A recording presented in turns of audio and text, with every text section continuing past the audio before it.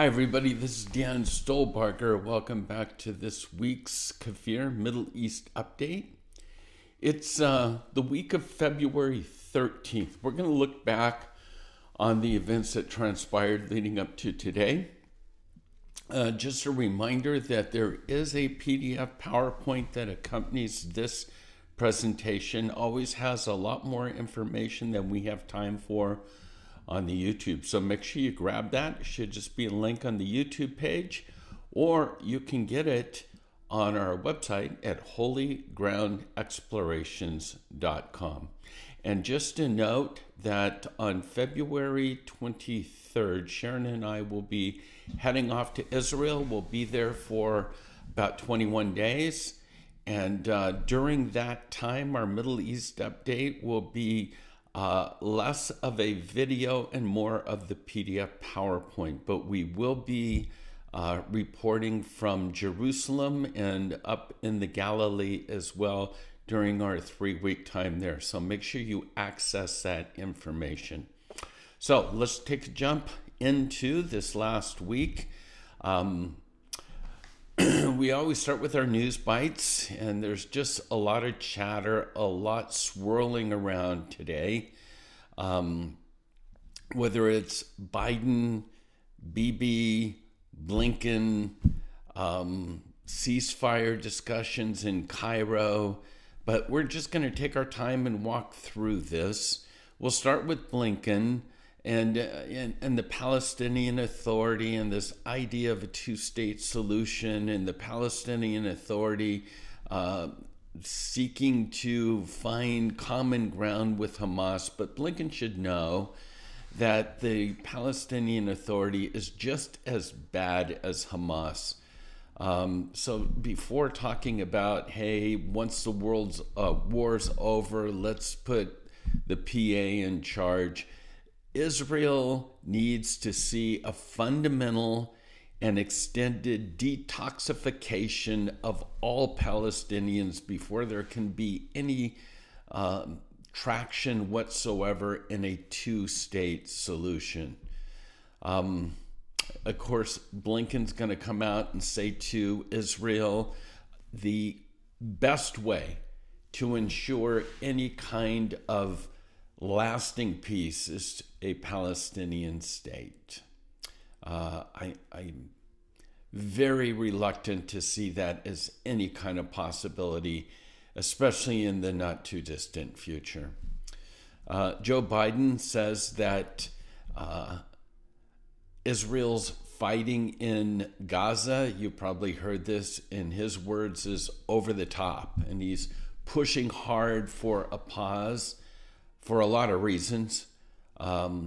Let's not be foolish in not thinking that many of those reasons are political in nature, as he continues an abysmal showing in polls whatsoever, and even his own party turning against him. So the president is telling reporters that he's working to secure increased humanitarian aid for Palestinians, a temporary pause in the fighting, and of course, the ultimate feather in his cap being the release of all hostages by Hamas. Hey, guess who's back? Hillary Clinton is back on the scene, and her comments this last week was very simply, Bibi Netanyahu should go. He's not a trustworthy leader. Really, Hillary, trustworthy leader? It was on his watch that the attack happened. He needs to go because he's an obstacle for any kind of ceasefire. And so, again, no big surprise there, but I hope she fades off into the sunset once again. And finally, Bibi Netanyahu's making it clear that this incursion or this invasion or whatever you want to call it into Rafah is necessary in order for Israel to accomplish their aims in winning the war. He says those who oppose the IDF operations in Rafah simply want Israel to lose the war. We're going to start now with some great news. Finally, Fernando Simon Marmon, 60 years old, and Norberto Luis Har, 70. I'm sure you've heard by now. 2 hostages rescued. We've got their pictures here. Again, we need this good news. Bibi is met with the hostage rescue team last Monday. He thanked the special forces who freed these 2 hostages from the Hamas captivity in Gaza. Bibi says it's one of the most successful rescue operations in the history of the state of Israel. Again, the IDF, Shin Bet, Israeli police worked together to free the Israeli Argentinian nationals. It was at 1:40 a.m. Bibi goes on to say, I was watching. I watched you place the explosive charges. Seconds later, I heard, we have the hostages. You eliminated the kidnappers, the terrorists. You made your way back without injury. A successful operation. No, a perfect operation, Bibi is said to have quoted to them. And then we have just photos of the Rafah Rescue. And again, I just want to pause a moment because it's not often that we get good or great news, but this is one of those moments. So, as we look at the next week or this last week, again, a chatter continues. The president of Iran, Ibrahim Raisi, it's crazy, I know. His quote is, it's proposed, he wants to expel Israel from the UN. Any country that does not comply with the laws and ignores the resolutions of the UN should be expelled. It sounds like a joke, but tragically it's not. Again, the UN official, Francisca Albanese, hard to take this in, but her quote is that the victims of October 7th were not killed because they were Jews. They were killed in response to the Israeli oppression. And we've heard so much about UNRWA, but according to the Wall Street Journal, now Egypt is attempting to pressure Hamas into accepting this hostage deal by threatening to support the Rafah operation. The Egyptian government reportedly told Hamas that if they don't make some compromises within the next 2 weeks, Egypt will agree to the IDF's ground operation into Rafah. Again, just chatter that's going on continually. And then we have the Biden administration's politics. What side of the coin are you on today? We know that recently Joe has been cussing Bibi out, but here, in light of this amazing rescue and this incursion into Rafah, here's the latest chatter from the Biden administration. We never said that they can't go into Rafah to remove Hamas. Hamas remains a viable threat to the Israeli people, and the Israelis and the IDFs absolutely are going to continue operations against their leadership and their infrastructure, as they should. Really? That's not what we're hearing on the other side of the coin. And then regarding the hostages, well, we're so very glad that the 2 hostages are now back with their families where they belong. We mourn any loss of innocent life as a result of those operations. But he added, the reality, though, is that Hamas continues to bear the responsibility for any Palestinian civilians that are killed. And then finally, we're going to continue to support Israel. They have a right to defend themselves against Hamas, and we're going to continue to make sure that they have all the tools and capabilities to do just that. So that's the rhetoric that's out. That's the other side of the coin.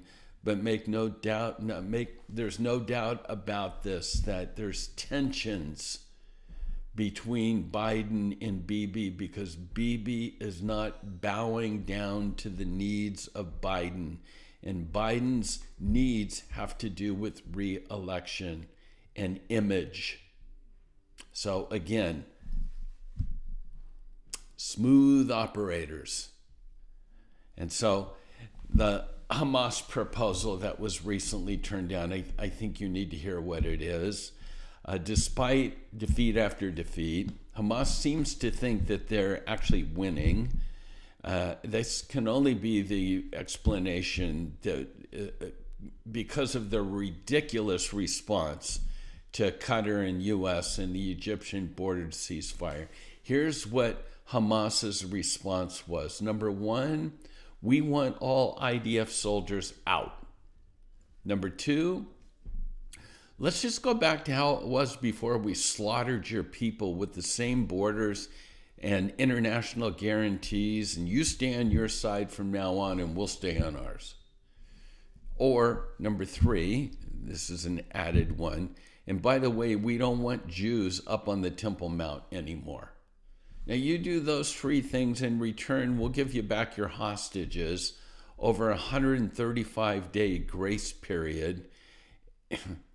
And by the way, we need all of our prisoners that you have, political prisoners, blood on their hands, released. With that, we got a deal. Now, how could Israel say no to such a gracious offer? But based on Netanyahu's response, and this is ironclad, this is what we're hearing from Bibi. It'll be interesting to see, because we know right now in Cairo, even the head of Mossad is negotiating with this coalition that's come together to create some sort of ceasefire. We'll see what comes out of it. But Bibi's statements last week regarding Israel's counter-proposal to Hamas's rhetoric here is basically, okay, our proposal to you would be more along the lines of, Hamas, surrender or die. That's it. Bottom line. So we'll see what transpires. One concern that we have, that I have, that I see on the horizon is a marriage between Hamas and the PLO. This is actually from the Palestinian Authority, okay?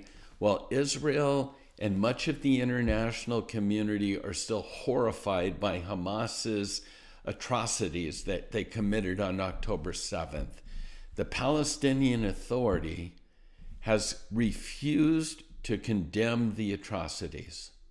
Let that sink in.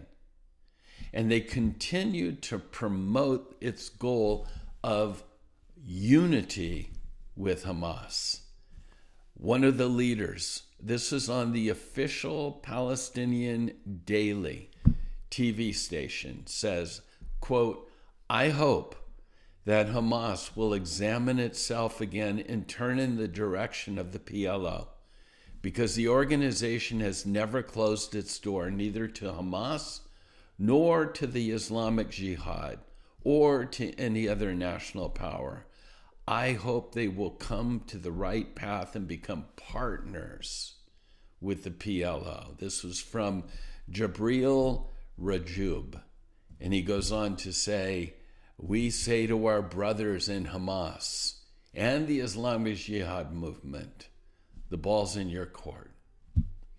I fear that there'll be some sort of coalition that comes together, that the U.S. policy will sort of sandpaper off rough edges and say, here's a viable peace partner. No way. And then our last comments is that Lebanon Looms. There's no contest in terms of the potential strength of Hezbollah in Lebanon versus Hamas in Gaza. No contest, okay? And while all the world's eyes are on Rafah and maybe Cairo at this moment, Israel continues its vigilant watch to the north. The northern border continues to escalate. The cauldron is boiling, soon to boil over. Israeli jets, fighter jets, are attacking Hezbollah targets daily in southern Lebanon, and Hezbollah's response has rockets being launched daily on a continual basis. The question is not if, but when complete war breaks out in the north. And once again, the comparisons between Gaza, Hamas, and Hezbollah, there is no comparison. So this drives us once again to our knees to remember to be praying for the peace of Jerusalem, standing with Israel today, knowing that God is in charge. And through all of this, our prayer is that Israel would come to know their Messiah, Yeshua HaMashiach, Jesus the Messiah. God bless you, and remember, we'll have a couple more of these before we head off to Israel, but once we're there, we will continue to give you updated information from Jerusalem. God bless you, and shalom.